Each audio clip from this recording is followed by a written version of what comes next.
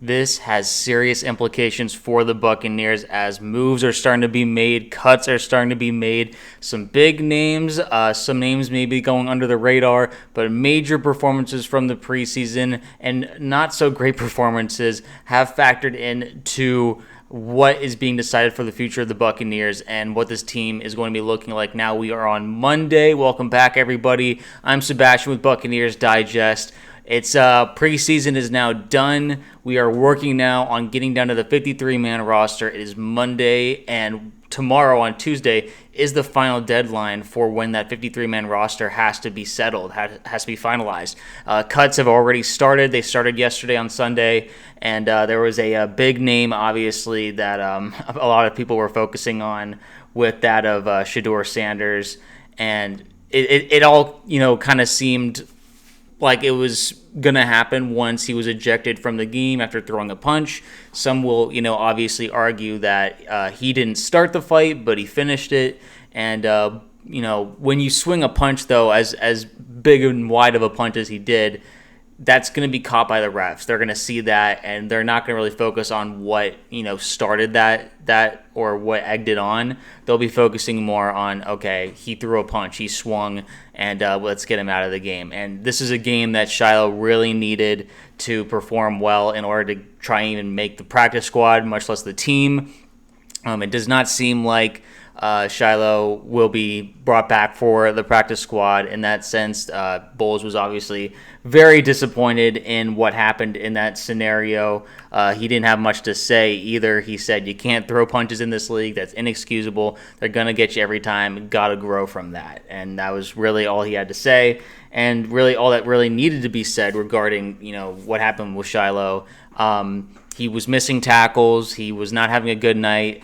He didn't really do anything in week 2 against the Steelers, so he really needed to have a good performance here to really make a case in the first place. And, he was starting off the game not really doing well. He had a pass interference called against him, was missing tackles, and then, got ejected from the game by throwing a punch. So that's just, that's the name of the game, man. If you can't perform, if you're not really doing what you're supposed to be doing and getting ejected in a preseason game, you're gonna get cut from the team. And I interacted briefly with Shilo at a training camp. He seemed really nice, and he had a really good attitude towards the fans. The fans had really wanted him to make this roster. I mean, despite the name on the back of the jersey, which is obviously really famous and brings in all the headlines, he seemed like a really generous and nice person overall. And so that's what made him kind of an easy underdog to root for. But, it didn't work out, and he has now been waived off from the team. He's on the waiver wire, so other teams might take a shot at him and, might bring him on. But, with this incident with the ref during the game, it was in the second quarter, I believe, that might, bring into question attitude problems. Is this going to be a consistent thing with him? Like, was he frustrated because he wasn't playing well, or did he just let this one player from the Bills really, grill into him, and, he had a short temper that night? There's a lot of factors that go into these kind of things. It's probably best not to overanalyze it by any means. I'd still wish Shilo the best. Like Todd Bowles said, these are things that you can grow from. You don't have to, mark him forever because he threw a punch. There's a lot of players. Mike Evans has gotten into fights too, and we all love him. So, of course, I'm not comparing the two. Mike Evans is a legend, but I'm still rooting for the kid. I'm still rooting for Shilo, and I hope he does well wherever he goes. But as of right now, his time with the Buccaneers is over. There was also a lot of other cuts that were made. Now that we're on Monday, Greg Allman, posted this. He said, busy day ahead for Bucs transactions. This is posted today on Monday. We've reported 13 cuts so far. That you can see all the cuts here. There's a certain names that I want to talk about, particularly just because I think they have a little bit more influence. Jose Ramirez was waived off. He's played for the Bucs before. This wasn't his first season with us, but overall, I mean, his name was popping up a little bit in the Bills game. He was making some tackles. He was playing a good amount of the game, but in the end, he wasn't getting enough pressure on the quarterback. And really the Bucs aren't looking for more run stoppers. They're looking, I mean, while that's always great, we're looking for pass rushers. We're looking for guys who can, really get the pressure on, especially when we rush 4, so we don't have to be blitzing all the time. And Ramirez wasn't really showing that, and so that was a bit disappointing, and so that's why he was waived. So I think that was worth noting. Also, Raheem Jarrett was a receiver who was actually played with us before too last season.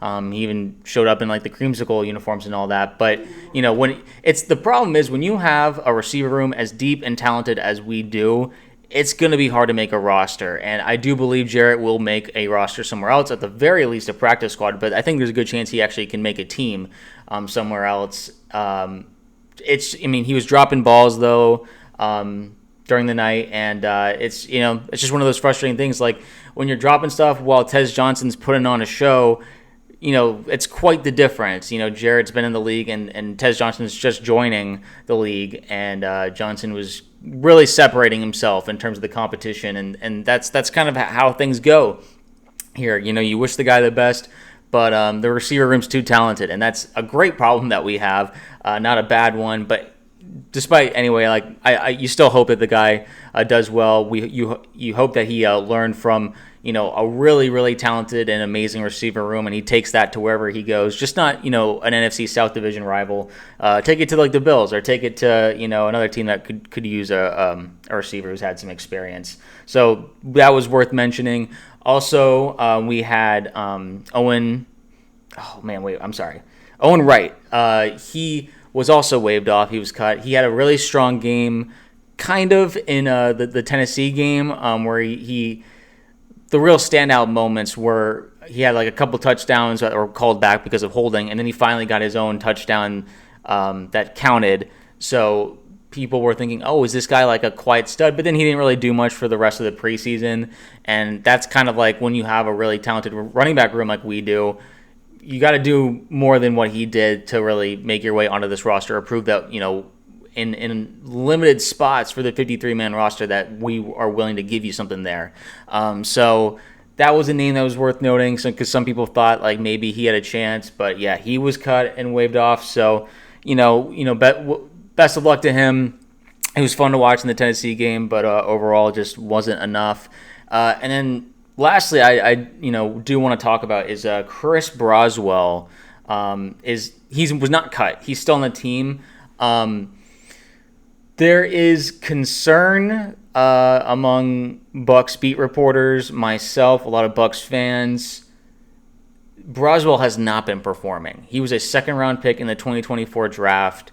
The Bucs have been trying to draft, edge rushers, pass rushers, and we've really, really just been struggling overall with finding our guy, finding a young stud that we can, bring up and develop. Yaya Diaby, he's solid, he's good. He still hasn't led the team in sacks or anything. But Chris, he's not even getting pressures. He's not getting sacks. He got one in the Steelers game. But over that, he's not even really tackling anybody, and so there is major cause for concern when it comes to Chris Broswell. Scott Reynolds had to mention with Pewter Report Walker's absence. David Walker, because he tore his ACL. He was our 4th round pick this past year.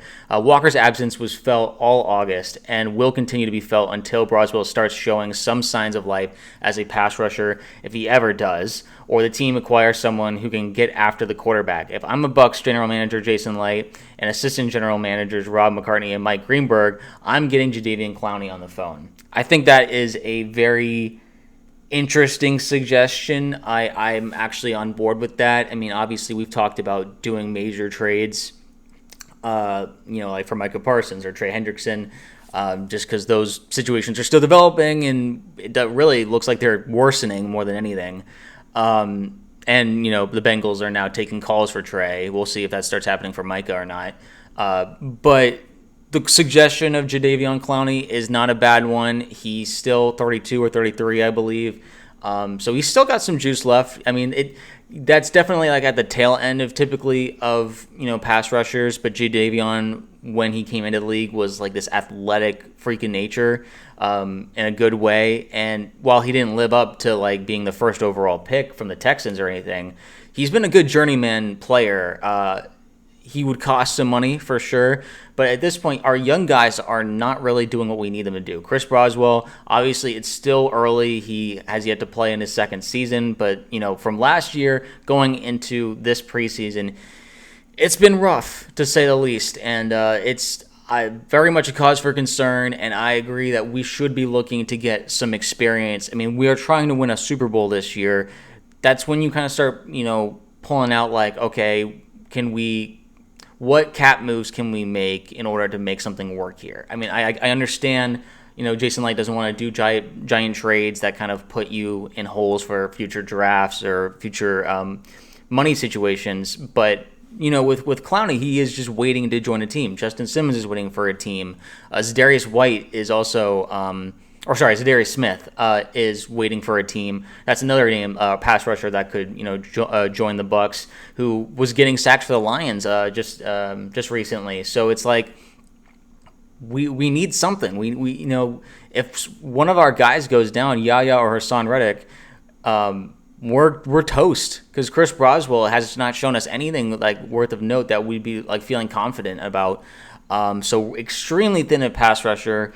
And the preseason did nothing to alleviate, any worries of that. So definitely something to think about going forward, just in the sense of the pass rush. Also worth noting in terms of the offense, Trey Palmer, he had 39 catches 2 years ago. So it is possible the Bucs could get a low-round pick or a pick swap for him. Carolina would make sense, especially if they trade Thielen to Minnesota. These are all things that are pending. We haven't happened yet. I think he definitely get claimed if cut, but not sure they can get a pick for him. Trey Palmer, I want to make clear, has not been cut as of yet, although I would be surprised if he doesn't get cut, because we have so much wide receiver talent. Ryan Miller has really shown that, he deserves a spot on the roster, especially with Jalen McMillan. He's going on IR, so we have an extra spot for a receiver that's really been performing in the preseason. Ryan Miller was one of those names. Green was also someone who's doing pretty well towards the later half of the preseason. So I expect Green or Miller to be one of those guys who makes it, and maybe Trey Palmer is not the one who makes it. Tez Johnson is for sure in, but it's just a matter of, okay, is it going to be Miller? Is it going to be Green? Is it going to be Palmer? But I agree that Palmer would make sense for a possible trade for some wide receiver needy teams. You can get something late for him. So that it's just an interesting, because he was like our wide receiver 3 a couple years ago. Baker's first year with us, he was our wide receiver 3. He even had a touchdown in the playoffs that I was present for against the Eagles. So it is interesting. I like the idea of doing a trade. Let me know down below if you like an idea of trading Trey Palmer, or if you want to keep him over the other guys. We also have the Bucs in terms of just injuries. Rick Stroud had to say, Bucs look okay-wise heading into the season outside of the obvious, but Tyke Smith is fine, and Christian Izien is a pain tolerance issue, Coach Bowles had to say. That is also kind of interesting to hear, that Bowles is talking about like pain tolerance for Izien. Like listen, he... in the NFL, you're going to have to take a lot of hits. You're going to have to really muster through, lingering injuries. That's just kind of part of the game. And so Izien's endurance and his ability to just push through it all, that's really what's in question in terms of Bowles and his assessment of Izien. I like, all of what he's shown us already. He'll be probably rotating between corner and safety this year. But then also it's nice to hear that Tyke Smith is not currently injured, because there was the oblique question whether his oblique was okay, but overall it seems like he's good to go for the beginning of the season, so we can alleviate the concerns that he won't be able to play week 1 against the Falcons. We'll have our 2 starting safeties, barring anything else happening. We will have our 2 starting safeties for that game, which is very encouraging, and I will be looking forward to watching them ball out, hopefully, because those are, as a great duo, it's just, we're thin. Backups in the defense is just, it's hard, and we just got to watch out and hope that nothing happens going forward. And so, yeah, in the end, I'm sorry, I didn't mean to pause there. In the end, I want to ask you guys how we're feeling about these cuts. I will show the list again. The overall, the list it makes sense. There's nothing that's like too surprising. The big name obviously being Shilo. Do you like, what's your reaction to the Shilo Sanders cutting, or his cut? Are there any guys on this list, any guys that have mentioned that you feel like were unfairly cut, should have gotten another shot, or do you feel like overall things have been pretty fair, and do you like the moves that have been made so far? Is there a move that we should be making even after all these cuts? Just let me know down below so far what you're feeling vibes-wise. Like we said, injury-wise, it could be a lot worse. We're very deep at wide receiver. We're all hoping Chris Godwin gets back soon. Tristan Wirfs, we mentioned in the other video, was off his crutches, so that could be a sign that he could be coming back sooner rather than later, maybe even sooner than week 4. Same thing for Chris Godwin. He's walking around pretty well, so don't want to get our hopes up too high, but we might be seeing some of our big time players back within that first month of the season. So we got to win this first couple of games. The away trip is really where it's like we have to hunk down and rely on the guys that are have been practicing all preseason to win those games, and I believe we can. I think that this team is capable of winning any game they play. And we'll see how it goes. But yeah, comment down below, subscribe. I forgot to mention 95% of y'all who are watching are not subscribed. So just hit the bell, hit the button, and join the Bucs Digest. You're already here. Why not hit the subscribe and stay tuned, because we'll be getting more and more updates. We will be knowing the full 53-man roster by tomorrow, which is really exciting. And then, any other moves that could be happening will be interesting to watch, whether we go for a Jadeveon Clowney because of the pass rush concerns or safety depth, anything like that. There's a lot to still come, because now it's like once that 53-man roster is set, we're game planning for the Falcons. No more preseason games. It's all about, okay, the starters are going to be getting a lot of time to practice and doing walkthroughs and really getting into the playbook. No more basic stuff where we're not showing anything in preseason games. We're going really into the playbook now.